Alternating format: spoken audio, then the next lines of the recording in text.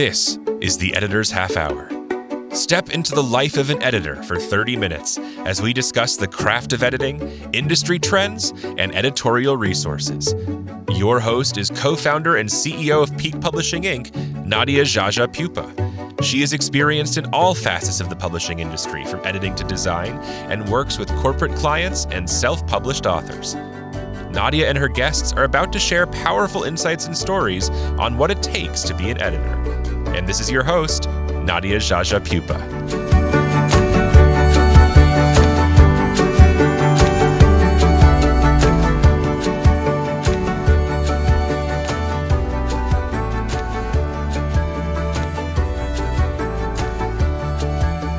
Welcome, listeners, to the Editor's Half Hour.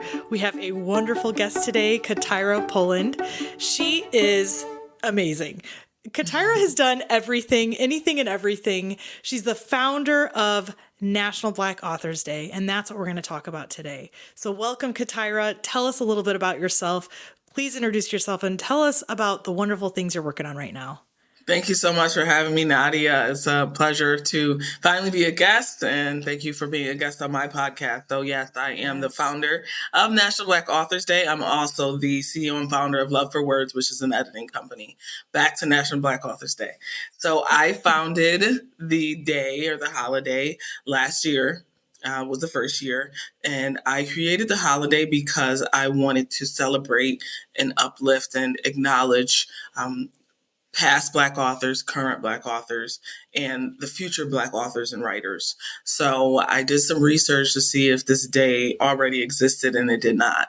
There is a National Authors Day. I believe that's in November, but I wanted to be more specific, and I was intentional about making sure there was a day for Black authors. And I think it's very important to have the day. Unfortunately, our contributions are often either ignored or downplayed or just not acknowledged. So again, the day is the opportunity for us to celebrate and amplify our voices, amplify those stories of, Black people here in America who have contributed so much to literature, whether it's fiction or nonfiction, poetry, monologues, anything you can think of, we have contributed.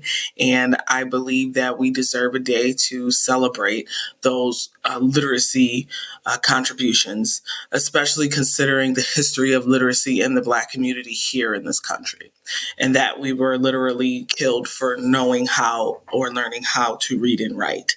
And also tied to present day, that there are lots of Black children and adults who are illiterate, functionally illiterate, and some not functioning because of illiteracy. So of course there's levels to the illiteracy, but it is an issue.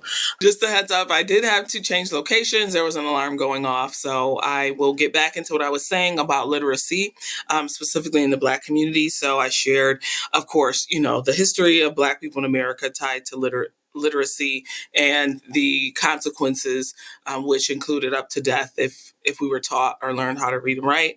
Also, they're building prisons based on fourth grade reading levels. That is a real thing called the school to prison pipeline. So again, the past is still with us. It's still following us. And again, I want to be a part of highlighting all that we've overcome.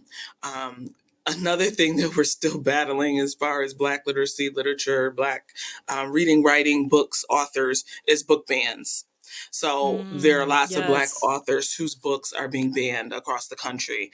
And that's another thing we are combating. But again, to bring a light to all that we've contributed, National Black Authors Day is an opportunity to be in a happy place, so to speak, and to acknowledge what we have achieved, all that we've contributed, the literature from the very well-known artists that we talk about all the time, like the Maya Angelou's and Zora Neale Hurston's, to the authors that we don't speak about often because they're just as important, local authors here in Rochester, or, across the entire country. So I wanted that day to be a space for us to be uplifted and to be encouraged and feel that our stories are valuable and that they matter, because they do. Yeah.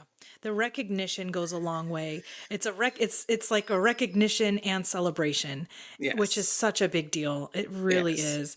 I Yes. love that it's in May. I love that you chose May 4th. I mean, it's separate from Black History Month, which it's Exactly. like, it's completely separate from that, For because sure. it's celebrating the author side, which is Yes. so cool. And Yes. so you have a love for words, right? That is the name of your company. You're Yes. an editor. Let's backtrack a little bit and talk about your origin story. Yes. I want to hear this. I've been dying to hear this. And before we get into that, I really want to share with the listeners my reaction when I saw CaTyra, because I think it's so worth sharing with everybody. So I don't know about you, CaTyra, but I am still, playing catch up after Aces. So Yes. Aces happened last month. Or no, it will be last month after this Yes. episode comes out. So it happened a few weeks ago, and it was such an amazing conference. What a great opportunity to connect with editors who I've met only virtually. CaTyra is Yes. one of those editors. I was Yes. on her podcast, like you mentioned. Now you're on my podcast, finally. Yes. And so what's cracking me up is I don't think you had even fully registered yet. Like you were you had just gotten off the elevator, Yes. and I'm at my exhibitor booth at my table, and I look down and I got so excited when I saw you. I pointed and I go, "That's CaTyra." And I'm telling people at my table. I had her photo to promote that we were going to record this podcast. Anyway, Yes. I see you. And I see like your body had disappeared after I had said that. And then I saw your body come back. And you like looked, you're like, you heard your name. You're like, someone's Yes. talking about me. And I'm just Yes. cracking up. I still crack up at that because of how I was just fangirling over you because I was so excited to meet you. So we finally got to connect. We got a photo together. Yes. But I will say one negative thing I'm so mad about is your presentation happened during my presentation. Yes. We both presented, and I was so mad. I was like, At the same time. the same time. I wanted Yes. to attend your presentation so bad. Yeah, I heard and they wouldn't, they weren't recorded, so that was unfortunate. But I heard wonderful things about it. Good. So Good. Glad to really, hear that. really great. Yes. So I wanted to put that in before we even got into your origin story. For sure. For sure. There That's is fun. a lot we're going to cover in this interview. You've done some really cool things, not just in the editorial world, but with your community that you're celebrating. So, okay. So tell us about your company, but your love for words. How did it start, and how did you know you were good at being an editor? Yes. So my love for words started when I was quite young. I used to go to the library with my mom. So we would go and check out books, and that was always exciting for me. I always loved to read. And I used to participate in the Pizza Hut Book It program and get my Yep. free Oh, yeah. pizza personal pan. So Oh, yeah. that continued to foster my love for words. Love it. And when I was in elementary school, I used to read to other students. Actually, there's a picture of me. I was Oh. fashionable. I think I had on a yellow turtleneck, and then I had rainbow pants on. So there were stripes that were pink, yellow, blue, green, purple. So that's adorable. I realized that I really enjoyed reading to other students and being at the front of the room. I've enjoyed that. I don't mind presenting, obviously. I was on a panel for ACES, but I realized I enjoyed that. But I entered into a poetry contest in middle school, and I got honorable mention. So that was really the catalyst for me in recognizing other people, saw this talent in me. Yeah. So I continued to enter different competitions, and I was writing poetry, and I just realized it was in some ways therapeutic for me, but also a way for me to express myself as an introvert, as somebody who, enjoys the time alone and recharges alone and takes time to process things. Being able to write it down in my own time, in my own way, in my own space, I recognize that as a gift that I have. And in regards to editing, I have a friend who's also a publisher and an author, and she was looking for an editor. Her name is Ebony Nicole Smith. She's also here in Rochester, New York. So I did Very a cool. sample edit for her upcoming book, and Okay. she loved it. And she started referring me to her publishing clients. So I had gotten a steady stream of clients. So I decided to go ahead and Wow. launch the business. So Love for Words is actually not my first business. It's my second. So my first Okay. business was Career Prep, and I focused on resumes, cover letters, things like that. So Okay. related to writing, Adjacent. It's but adjacent. yeah. Yeah. Yeah. So then I Yes. launched Love for Words in 2017, and I have been on the road ever since. Just Wow. really loving supporting other authors in their Yeah. journey, because Yeah. it can be challenging to write a book, especially the clients that I work with are writing about their own lives most of the time. So Yeah. they're talking about triggers or traumas or things like that. Or even sharing happy moments can also be emotional. Maybe things that Yeah. the world doesn't know, and now you're putting in a book for literally anybody to access. So Yes. that's the best part of editing for me, is that relationship and supporting them, going to their book signings when I'm able, purchasing a copy of their book, things like that. Yeah. You really touched on the heart of this too, because, as a kid, you were recognized, you received an honorable mention, Yes. and that changed something in you. Yeah. And I think that really connects to National Black Authors Day. Getting recognition, even though we may or may not want it, getting it changes how you view yourself. For And sure. it gives you confidence. And not only did you get confidence at such a young age, but you're an instructor. You have confidence to teach, stand in front of a room full of people and say what you have to say and instruct, and then launch a business. I mean, come on. It does take confidence to do these things. And that has nothing to do with, whether you're introvert or extrovert. It really goes to show what being recognized can do for you. And so this is so great to celebrate the Black authors who put their heart and soul into books. So you're again, you do so much. And on your website, I don't know anything about this. I want you to tell us about Literacy Love, this Literacy Love scholarship. Yes. Tell us about that. I want to learn about this.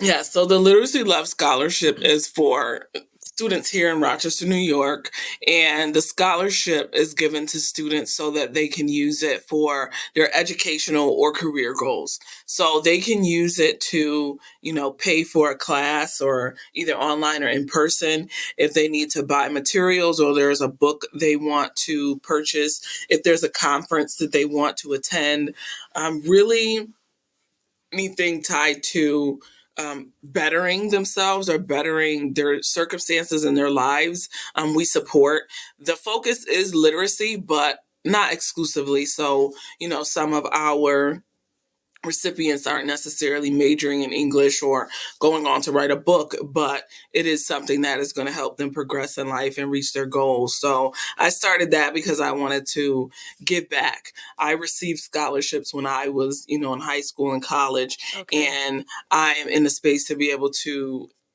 afford this opportunity to students who may need that additional, financial support. So that is in I think 3 years. I think this was year 3. So, I present them with the money, and there's also been like this past one, the recipient attended Writer's Paradise, which I guess we can touch on a little bit later. Yeah, I want to hear about that as well. I mean, you're just you do so many amazing things. But yes, continue, please. Yeah. So the scholarship, again, is for both girls and boys, or any student who would like to apply is open to apply. It is for high school, so those who might be, going into college, or maybe they're just starting high school. So I just wanted to present an opportunity to recognize their hard work, that they're doing good things in the community, they're committed, and they're on a positive path. So that's why I created the Literacy Love Scholarship, and looking forward to that continuing to be one way that I give back.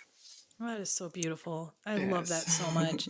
It's such a big deal. And so you are fully funding this, is that right? Yes. That's Yes. Through my business. beautiful. Yes. That's amazing.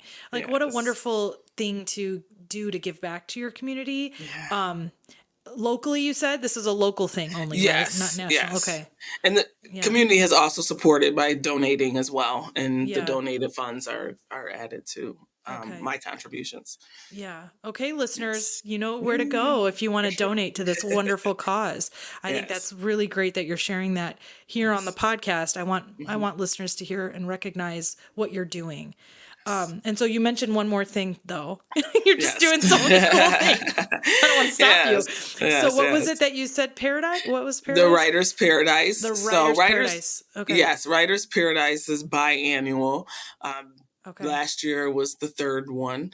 So that Wow. is really it's a forum, or like you could call it a forum, where I created a space specifically for Black writers to be able to Okay. come and learn um, how to go on a journey to become a self-published or a hybrid published author. So Okay. last year I had a publisher, a poet, a PR specialist, and was it three? I think it was three of them last year. So basically I bring in specialists who are working in the publishing field to teach a seminar or a course based on their specialty. So at the end of the forum, the attendees walk away with a contact who can publish their book for them, a contact who can help them promote their book, and Wow. myself as an editor.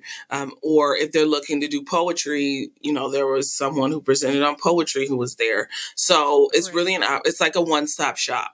So if you come here, you're going to walk away with these resources so that when you are ready to write, publish, edit your book, launch your book, promote your book, you can, just call on the people that you met at Writer's Paradise. So I just Yeah. wanted an open and comfortable space for Black writers to be in.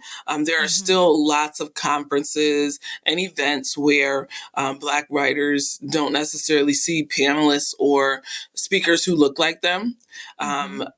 ACES was, predominantly a white group as well, or white attendees and white presenters.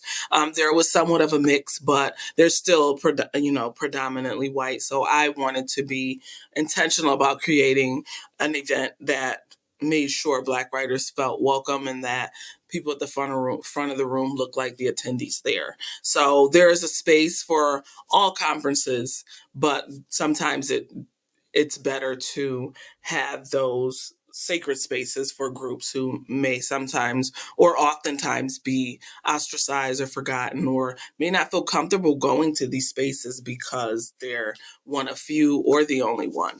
So I was intentional about that and creating the opportunity for those who are interested. That's wonderful. That's a really, really great thing to offer.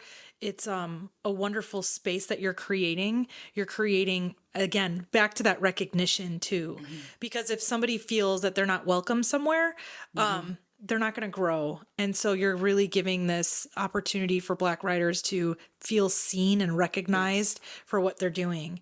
This is just so cool. So, I thought I saw somewhere on your website that you have also published. Have you published books yourself? Yes. So you're an author yes. too.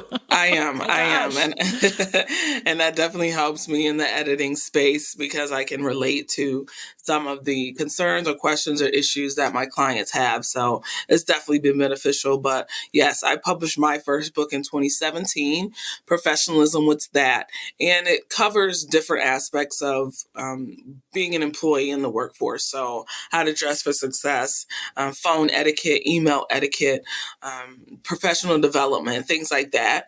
My favorite chapter is the code switching chapter, which I did discuss somewhat on the panel in ACES, but basically Oh, okay. that's when someone adapts who they are to assimilate. So I see. I gave some examples about, people with kinky hair who are expected to straighten it or wear a wig or put a relaxer in their hair, or people who have accents are supposed to hide them or unlearn them, or, examples like that. So it's an interesting book because there are a lot of elements that reinforce the Eurocentric idea of professionalism. And then chapter 7 is like, wait a minute, look at the cons of some of the ways we're expected to communicate. So that was my first book, Professionalism. What's that? And then I published a book of poetry, which kind of touches on some of my experiences and observations. I talk about colorism and domestic violence and some other things. Of course, that's a more personal, or the most personal publication to date. And then I've done anthologies. I'm working on my next book, which is Legacy Beyond Offspring. And oh my God. That book sounds really good. Highlights different ways that we can build a legacy outside of being parents. So I'm not a parent. Wow. And I know that there are a lot of people, specifically women, who are often are not, well, women who don't have children. Sometimes there's a question of whether or not you're being selfish because you choose not to have kids or things like that. So I kind of wanted to be a myth buster and say, just because a woman or anyone chooses not to have kids doesn't make them selfish. And you don't have to have children to leave a legacy. So I'm talking about ways that I've left my legacy, even though I'm not a mother. So I mentioned National Black Authors Day. I mentioned the scholarship, etc. So that's my next book. You're like a walking legend, if anything. I mean, you're really leaving behind such wonderful things. I mean, truly, in my eyes, you are a celebrity. That's why I freaked out when I saw you. There's CaTyra. Everybody's like, what? And then all these heads turn. And then she's just laughing like, who's talking about me over there? Obviously, I'm saying wonderful things because you've done so many amazing things in your career. And it's a culmination of several things. I mean, you've talked about different things and you're tapping into your creative side. Yes. And you're giving that a space. I mean, you're really somebody I look up to and I admire for all the things you do. I really do. I really do.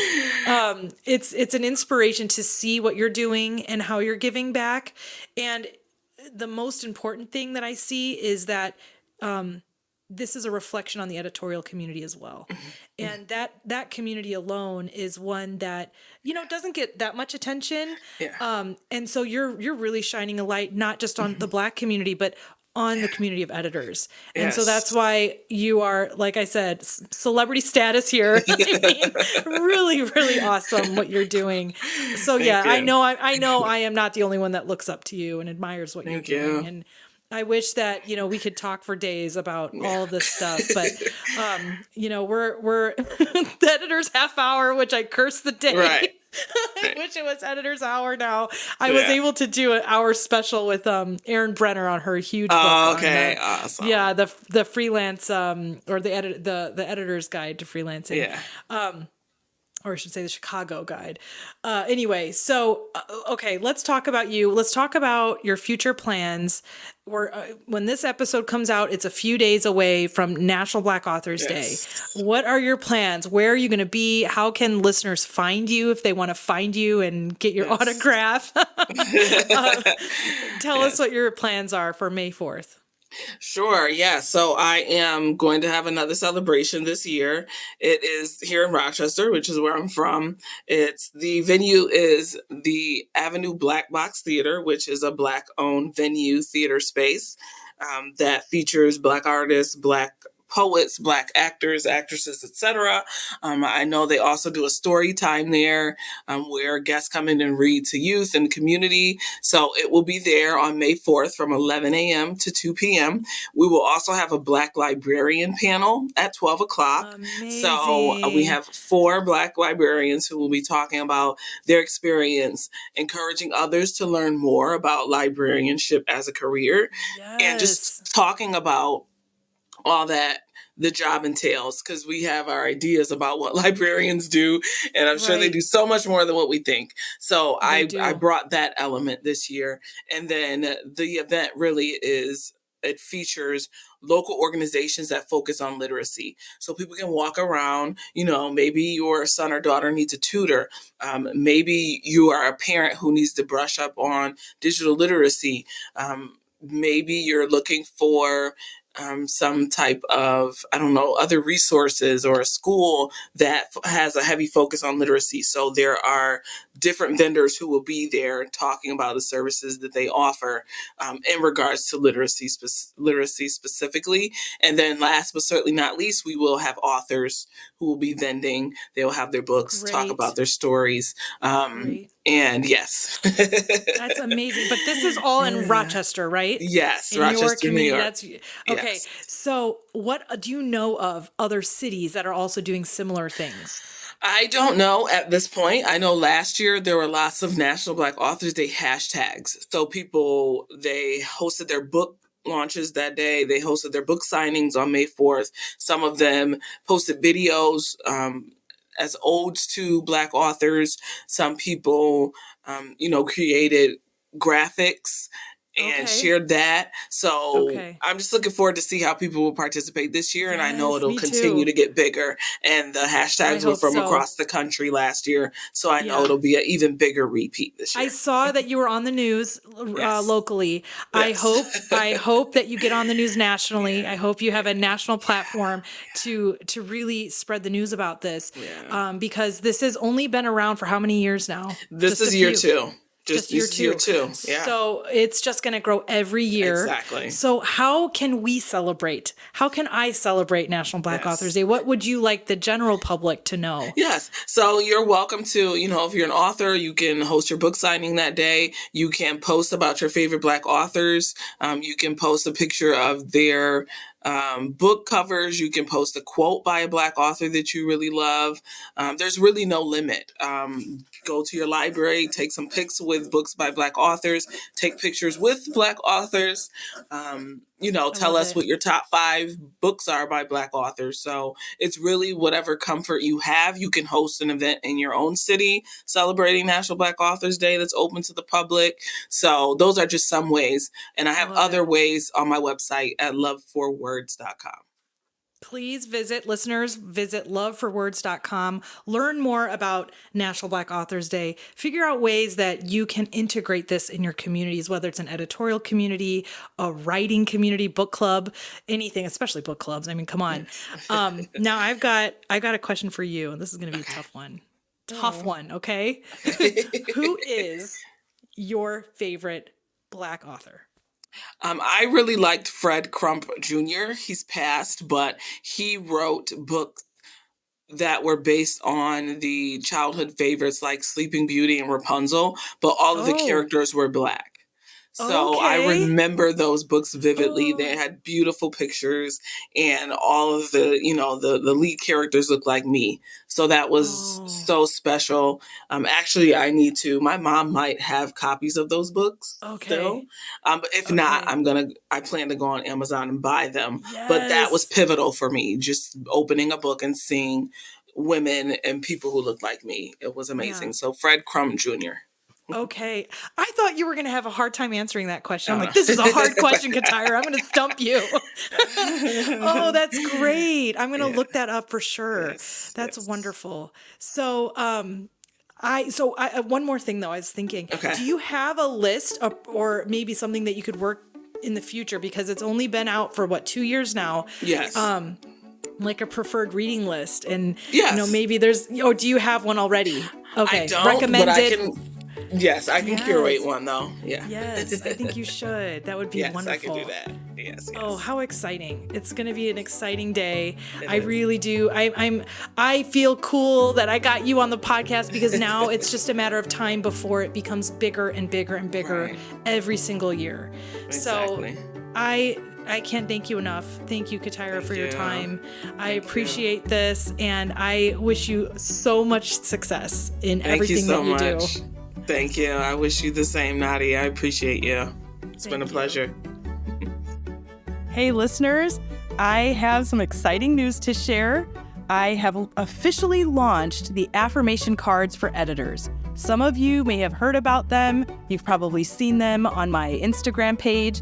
I've talked about it on previous podcast episodes, but now they are officially here, and I am so excited to share them with you. I am holding up the box right now for the video version of the podcast. For the audio version, I'll explain to you what they look like. It's a little box, blue and green gradients with some editorial marks and some gold foil stamp on the cover, and it's just so beautiful, and it's designed by Caitlin on the Peak Publishing team. It's got a magnetic closure, and it's full of wonderful affirmations. Some background about how I made these and how I was inspired to do this was a few years ago, a friend was using affirmation cards for her life, her lifestyle. And I thought, I want to get some. But then I thought, well, I really want to get some for editors. Let me see if they exist. And lo and behold, they do not exist. And then I sparked an idea to actually create them. So these are officially the first ever affirmation cards for editors. I've set aside 3 affirmations that I'd like to read to you. And hopefully they inspire you and ignite a sense of positivity in your life. The first one says, I am a skilled and meticulous copy editor. You need to tell yourself this, remind yourself that you are skilled. You are meticulous in the way that you edit. Another one I have is just also my second favorite is I am committed to delivering polished manuscripts. That's our job. You're committed to this. This is what you do. It gives me that motivation as I'm editing. Last one here is my attention to detail is unmatched. Holding it up now so you can see it. These cards are meant to sit in a little wood stand that I'm holding up to show so that you can look at them every day. You could pull a new card every day, have it at your desk, make it part of your morning routine, and it's just a way to get yourself motivated, excited, and positive about the work you do, because oftentimes you question yourself. I do it all the time. Even though I have several years of experience, it's inevitable that you will question yourself and think that you might not know what you're doing, but you do know what you're doing. So take a chance to check out my website, peakpublishing.com/shop, to take a look at the cards, see what they're all about, and purchase your copy today. Thank you for listening to the Editor's Half Hour. This podcast is your go-to resource for editorial trends, opening the discussion for new ideas through the real-life stories of editors. For more information about Nadia Jaja Pupa and her business, visit peakpublishing.com. That's PIQUE publishing.com. And remember to subscribe and follow the Editor's Half Hour wherever you get your podcasts.